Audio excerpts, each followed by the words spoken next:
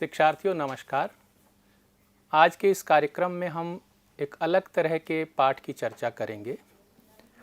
अब तक आपने साहित्य की अनेक विधाओं पर चर्चाएं सुनी होंगी, लेकिन आज हम पढ़ने के कौशल पर आधारित एक विशेष पाठ पढ़ें कैसे पर यहाँ कुछ बातें करेंगे। यह पाठ आपके पाठ्यक्रम में 10वां पाठ है और इसके माध्यम से आपको यह बताने का प्रयास किया गया है कि किसी भी भाषा को पढ़ते समय हम किन नियमों का पालन करते हैं, समझने के लिए पढ़ने के कितने पड़ाव होते हैं और किसी भी सामग्री को पढ़ते समय हमें किन किन बातों का ध्यान रखना चाहिए। यानी पढ़ना भी एक कौशल है। वैसे तो हम सामाजिक व्यवहार से भाषा को सीख लेते हैं, लेकिन एक विद्यार्थी होने के नाते हमें यह भी सीखना होता है कि जिस भाषा का हम व्यवहार करते हैं उसको पढ़ने और लिखने के कितने चरण होते हैं, उनको सीखने में किन किन बातों का ध्यान रखना पड़ता है। इसीलिए आपके पाठ्यक्रम में 2 अलग तरह के पाठ संकलित हैं, एक पढ़ें कैसे और दूसरा लिखें कैसे। आपने बच्चों को आरंभ में भाषा सीखते हुए देखा होगा। जब बच्चे भाषा का आरंभ करते हैं तो वे अक्षर ज्ञान से भाषा को सीखना शुरू करते हैं। आपने देखा होगा कि बच्चे पढ़ने के लिए यानी पढ़ने में उच्चतर गति को प्राप्त करने के लिए पहले वर्णों को सीखते हैं, अक्षरों को सीखते हैं, उसके बाद शब्दों का व्यवहार करते हैं। धीरे धीरे वो वाक्य तक और किसी कहानी, निबंध या कविता तक पहुंचते हैं। यानी पढ़ने के अनेक चरण हैं। इस कार्यक्रम में हम इन्हीं बातों को अनेक आरेखों के माध्यम से, कुछ दृश्यों के माध्यम से आपको समझाने का प्रयास करेंगे। आइए एक आरेख देखते हैं। इस आरेख में आप ये देख रहे हैं कि पढ़कर समझने का क्रम दर्शाया गया है। जैसे सबसे पहले जब भाषा का व्यवहार होता है तो कोई भी व्यक्ति अक्षर ज्ञान से शुरू करता है। दूसरा पड़ाव है इसका या दूसरा क्रम है इसका शब्द ज्ञान।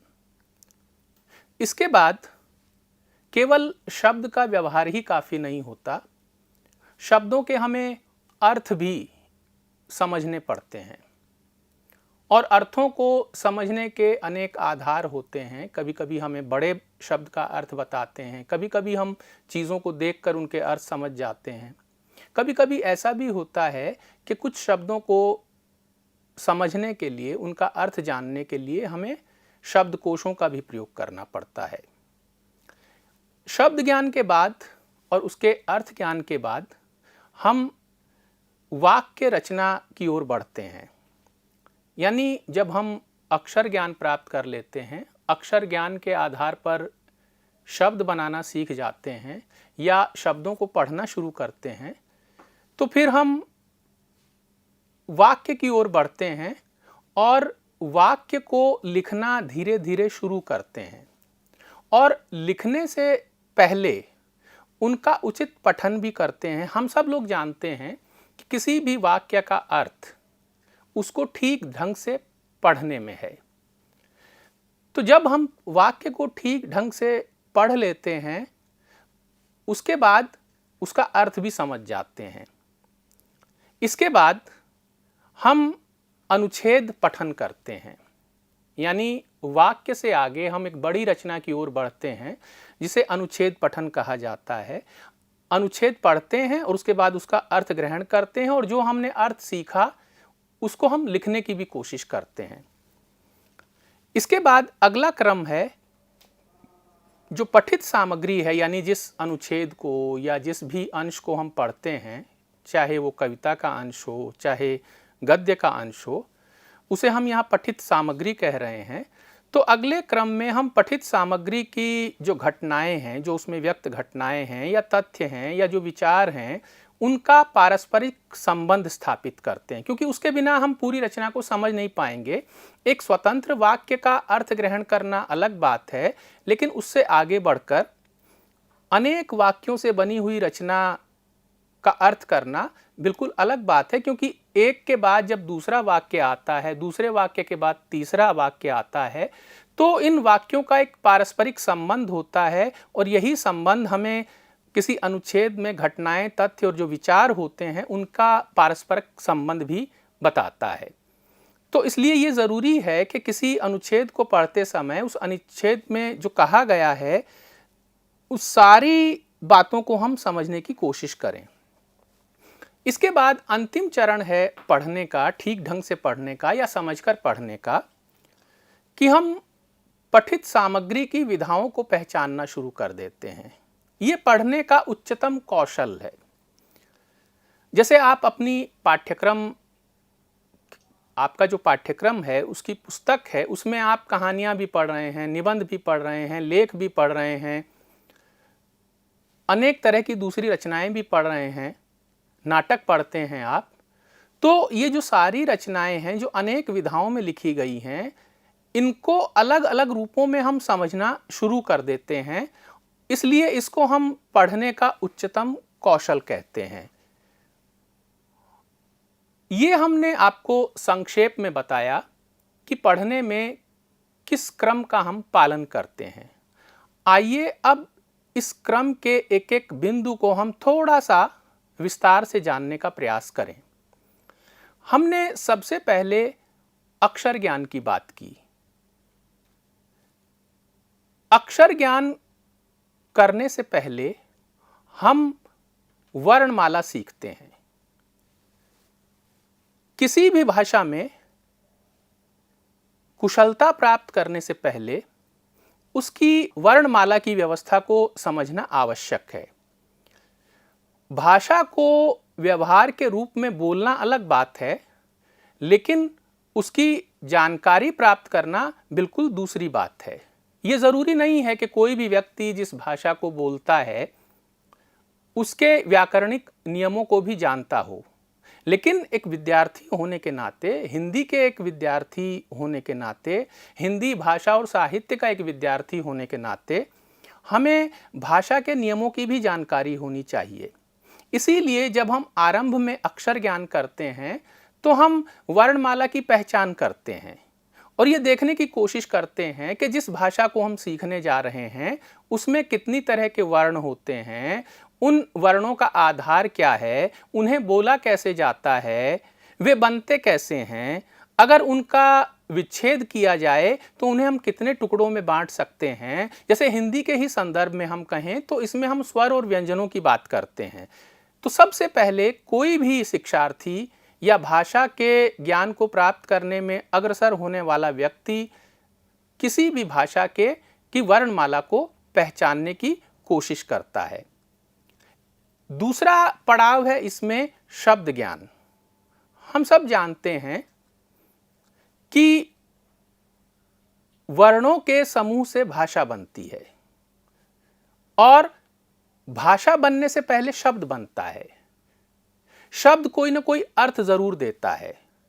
तो जब एक विद्यार्थी होने के नाते हम शब्दों की बात करते हैं तो शब्दों के स्वरूप की भी हमें बात करनी होती है। हमारी ये जिज्ञासा होती है कि जिस शब्द को हम पढ़ने जा रहे हैं वो बना कैसे है।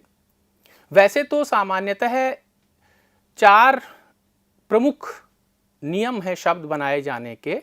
जैसे पहला है संधि, दूसरा है समास, तीसरा है उपसर्ग, चौथा है प्रत्यय। ये नियम हैं संधि, समास, उपसर्ग और प्रत्यय शब्दों को बनाने के। जिन शब्दों को हम पढ़ते हैं वे इन नियमों से बनाए जाते हैं। यानी शब्द बनाए जाते हैं कुछ व्याकरणिक नियमों के कारण या कुछ व्याकरणिक नियमों के आधार पर। जब हम इन व्याकरणिक नियमों को जान लेते हैं तो शब्द बनाना भी सीख सकते हैं और जिन शब्दों का हम व्यवहार करते हैं उन शब्दों के अर्थ को भी हम अच्छी तरह से समझ सकते हैं। लेकिन जब प्रारंभ में भाषा सीखी जाती है तो हम ये जो संधि है, समास है, उपसर्ग है, प्रत्यय है, इनसे शब्द नहीं बनाते। यानी वो पहली अवस्था है भाषा को सीखने की, तो वहां हम कुछ सरल शब्दों को पढ़ते हैं। जैसे बच्चों को आपने पढ़ते देखा होगा, सबसे पहले उनको सरल शब्द पढ़ाए जाते हैं। जैसे कमल उनको पढ़ाया जाता है, घर उनको पढ़ाया जाता है शब्द के रूप में, ईख की बात की जाती है, कलम की बात की जाती है, गया की बात की जाती है, आया की बात की जाती है। अभी शुरू शुरू में उन्हें बहुत मुश्किल शब्दों का ज्ञान नहीं कराया जाता। यानी पढ़ने के लिए सबसे पहले उन्हें प्रारंभिक जानकारी दी जाती है ताकि वो रुचिपूर्वक आगे पढ़ सकें।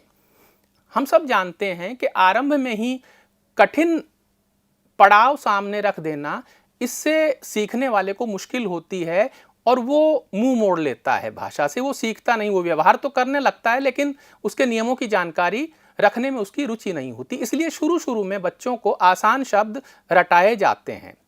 इसके साथ साथ शब्दों के अर्थ को भी समझने की जरूरत पड़ती है। जैसे बच्चों को जब पढ़ाया जाता है घर या कमल या ईख, तो आपने देखा होगा कि इन शब्दों के आगे कुछ चित्र बना दिए जाते हैं। इन चित्रों के माध्यम से भाषा को प्रारंभिक स्तर पर सीखने वाला यह जान जाता है कि इन चित्रों से इन शब्दों का कोई संबंध है, और वो ये समझ लेता है कि कमल एक फूल है, घर एक रहने का स्थान है जिसमें हम रहते हैं, और बाकी के शब्द भी इसी तरह उनके अर्थ वो जान लेता है और इसी से शब्द सार्थक हो जाते हैं। जब तक किसी शब्द का हम अर्थ नहीं जानते वो हमारे लिए निरर्थक होता है, वो सार्थक नहीं होता। लेकिन जैसे ही हम अर्थ जान लेते हैं तो हमारे लिए वो सार्थक हो जाता है। शिक्षार्थियों, इस संसार में भाषा बनी ही अर्थों से है।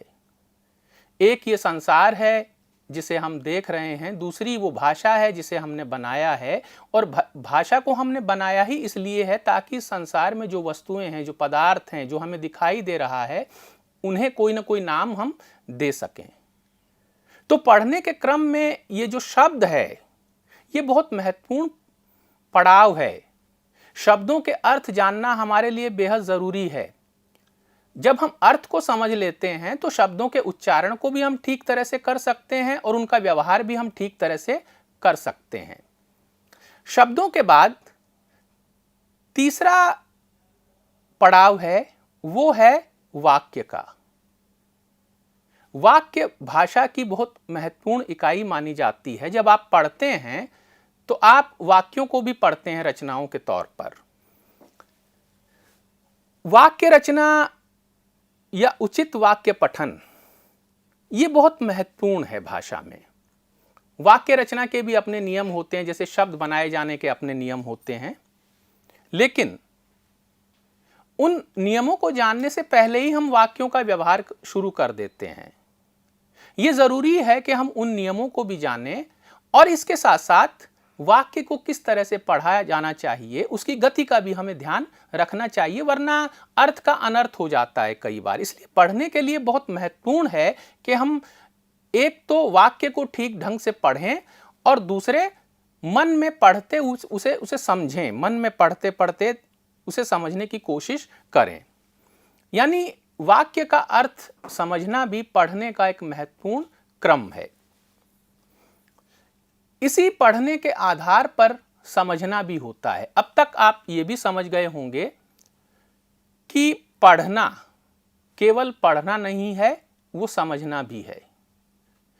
सिर्फ पढ़ लेना, पढ़कर बोल देना, ये अधूरी शिक्षा है। ये पूरी तब होती है जब हमने जिसे पढ़ा उसे हम समझ भी रहे हों। अब इसी का अगला चरण है प्रसंग के अनुसार अर्थ का समझा जाना। वाक्य में जो बातें हैं, घटनाएं हैं, उनका आपसी संबंध स्थापित करना।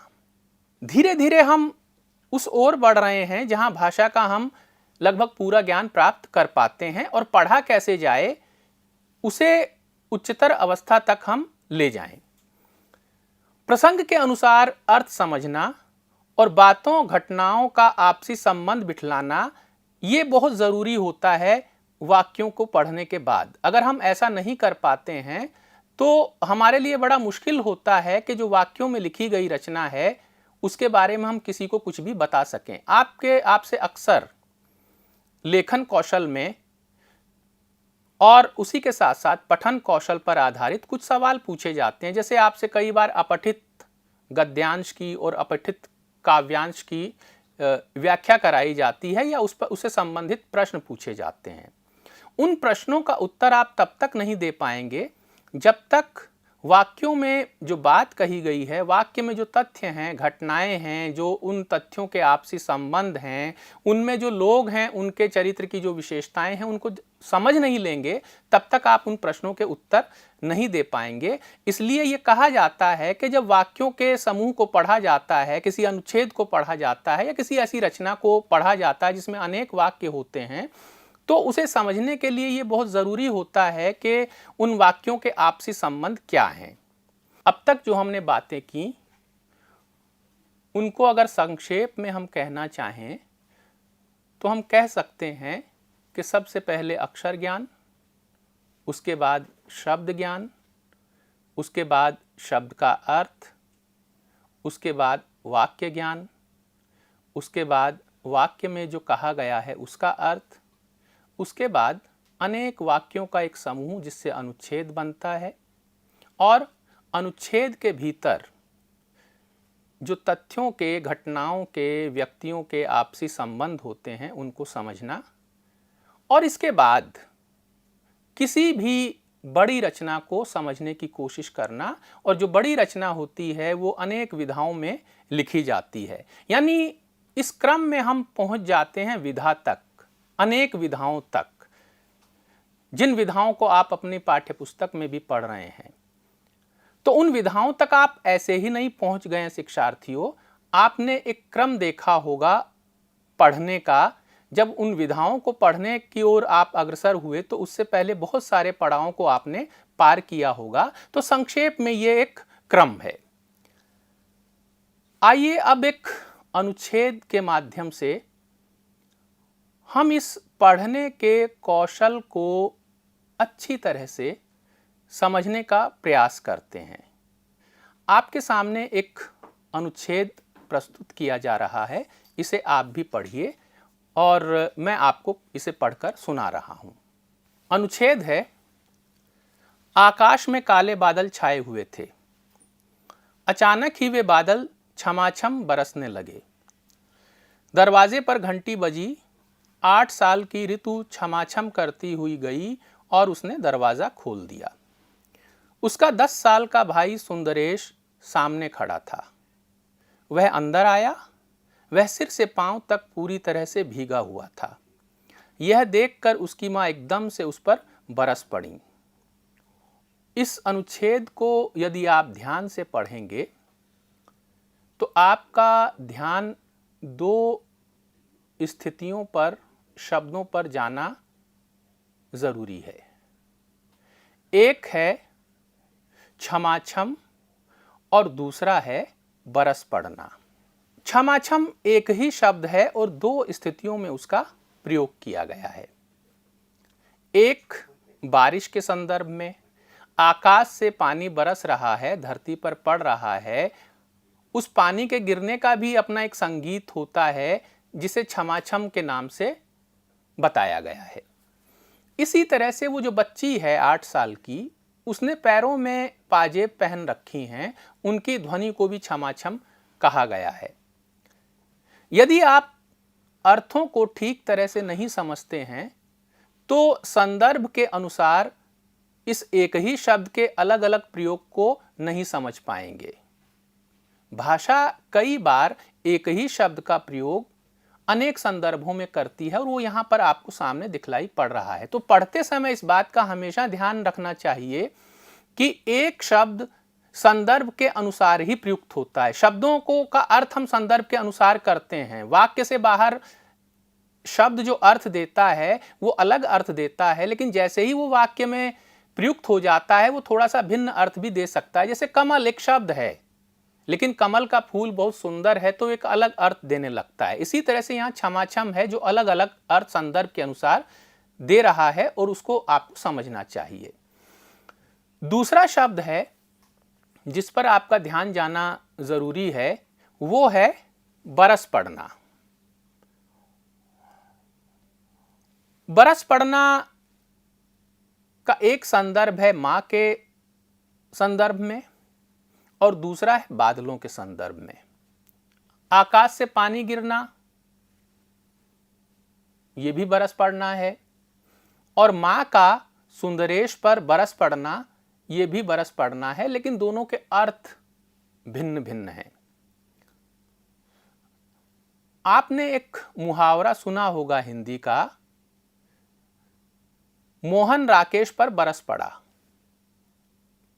तो वो वर्षा नहीं कर रहा है राकेश पर मोहन, बल्कि क्रोध को बताने के लिए इस मुहावरे का प्रयोग किया जा रहा है। अगर आप हिंदी के मुहावरे नहीं जानते हैं, लोकोक्तियां नहीं जानते हैं, भाषा का जो चमत्कार होता है उसे नहीं जानते हैं, तो हिंदी भाषा को सीखना आपके लिए मुश्किल होगा। इसीलिए हम बार बार आपसे कहते हैं कि हिंदी के मुहावरों के अर्थ जानना हमारे लिए बेहद ज़रूरी है, वरना पाठ में जहाँ जहाँ मुहावरे आएंगे वो आपके सामने कठिनाई पैदा करेंगे। आप एक पाठ पढ़ रहे हैं शतरंज के खिलाड़ी, जो प्रेमचंद ने लिखा है, बहुत महत्वपूर्ण पाठ है आपके पाठ्यक्रम में।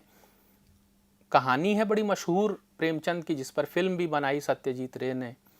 उस कहानी को जब आप पढ़ते हैं तो कदम कदम पर आपको मुहावरों का सौंदर्य नजर आता है, लेकिन उस सौंदर्य को आप तब ग्रहण कर पाएंगे जब उनके अर्थ जानते हों। तो अब यहाँ पर सुंदरेश पर जब माँ बरस पड़ी, तो आप अगर इस मुहावरे को नहीं जानते तो आपको ये पता ही नहीं लगेगा कि माँ क्यों बरस पड़ी, इसका अर्थ क्या है। और जब अर्थ जान लेंगे तब आप ये बता देंगे, एक बरस पड़ने का मतलब है पानी का गिरना आकाश से, दूसरे बरस पड़ने का मतलब है क्रोध करना, यानी मां सुंदरेश पर क्रोध कर रही हैं। अब ये एक छोटा सा अनुच्छेद है और इसे कैसे पढ़ा जाए, कैसे समझा जाए, इसे बताने के लिए हमने केवल 2 शब्दों की आपसे चर्चा की। इस तरह के बहुत सारे शब्द हो सकते हैं किसी भी अनुच्छेद में जिनको आपको समझना पड़ेगा पढ़ते समय। तो आपने ये देखा कि इस अनुच्छेद के ये 2 शब्द विशेष चमत्कार रखते हैं जिनको आपको समझने की जरूरत है। इसी अनुच्छेद को हम कई कोणों से पढ़ सकते हैं।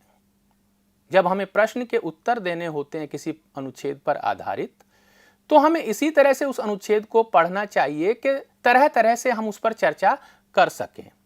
जैसे इसी अनुच्छेद में आप जब संबंध बिठाएंगे घटनाओं का, उनके संदर्भों को समझने की कोशिश करेंगे, व्यक्तियों का स्वभाव बताएंगे, तो आप ये बता देंगे आसानी से कि सुंदरेश खेलने का बहुत शौकीन है। जिस वक्त खेलने गया उस वक्त अचानक बारिश होने लगी। बारिश इतनी तेज थी कि वो भीग गया। भीगते हुए उसने दरवाजा खोला। सुंदरेश की बहन ने, ऋतु ने पाजेब पहन रखी थी, इसलिए उसकी पाजेब का शोर हो रहा था, ध्वनि हो रही थी। उसी ने दरवाजा खोला। सुंदरेश को देखते ही मां बरस पड़ी, गुस्सा हुई। अब इनमें से बहुत सारी बातें ऐसी हैं जो इस अनुच्छेद में नहीं कही गई हैं, लेकिन जैसे ही आप पढ़ लेते हैं इस अनुच्छेद को, आप समझ जाते हैं कि इसके पीछे ये चीजें भी निहित हैं। आप ये भी जान जाते हैं कि सुंदरेश का स्वभाव कैसा है, मां का स्वभाव कैसा है, मां को सुंदरेश की कितनी चिंता है। बरस कोई ऐसे ही थोड़ा ही पड़ी, उन्हें यह चिंता हुई होगी कि कहीं सुंदरेश बीमार न पड़ जाए।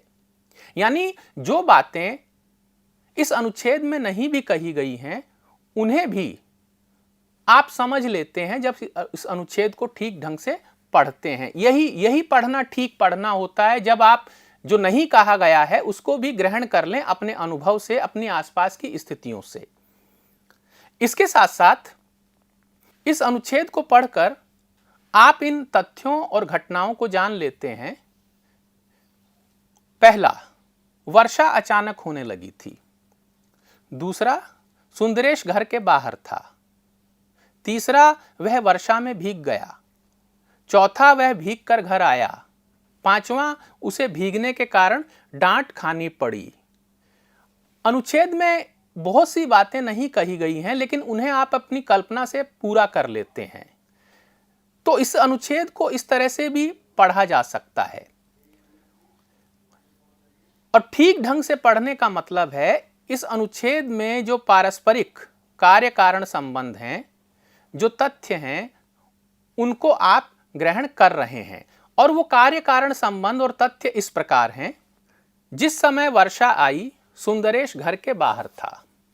वह घर लौटा, वर्षा बहुत तेज थी, इसलिए वह पूरी तरह भीग गया था। मां बहुत नाराज हुई क्योंकि वह पूरी तरह से भीगा हुआ था। मां को चिंता हुई कि कहीं वह बीमार न पड़ जाए।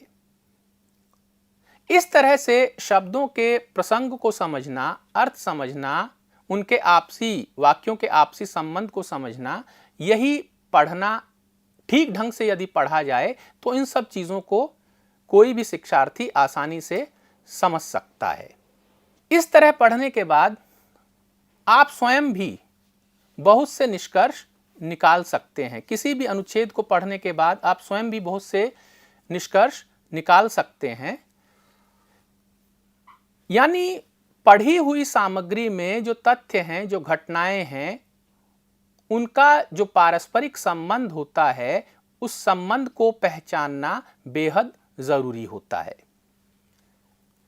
इसका अर्थ यह हुआ कि सही तरह से पढ़ना वह है जब आप किसी भी भाषा में जो लिखा गया है उसे पढ़ते समय इस बात का ध्यान रखें कि इसके भीतर जो तथ्य हैं, जो घटनाएं हैं, उनका आपसी संबंध क्या क्या है। उन्हें आप अपने मन में बिठा लेते हैं, कभी उनका आनंद लेते हैं, कभी उनको पढ़कर उनसे दुखी होते हैं। क्योंकि किसी भी रचना में कुछ भाव होता है, सुख दुख होता है, अनेक लोगों का व्यक्तित्व होता है जो कभी हमें खुश करता है, कभी दुखी करता है। तो जब आप इस सुख और दुख को ग्रहण कर लेते हैं पढ़ने के बाद, तो यही ठीक ढंग से पढ़ना कहा जाएगा। तो आइए अब इस पढ़ने के 5 अंगों को हम फिर से संक्षेप में जान लें।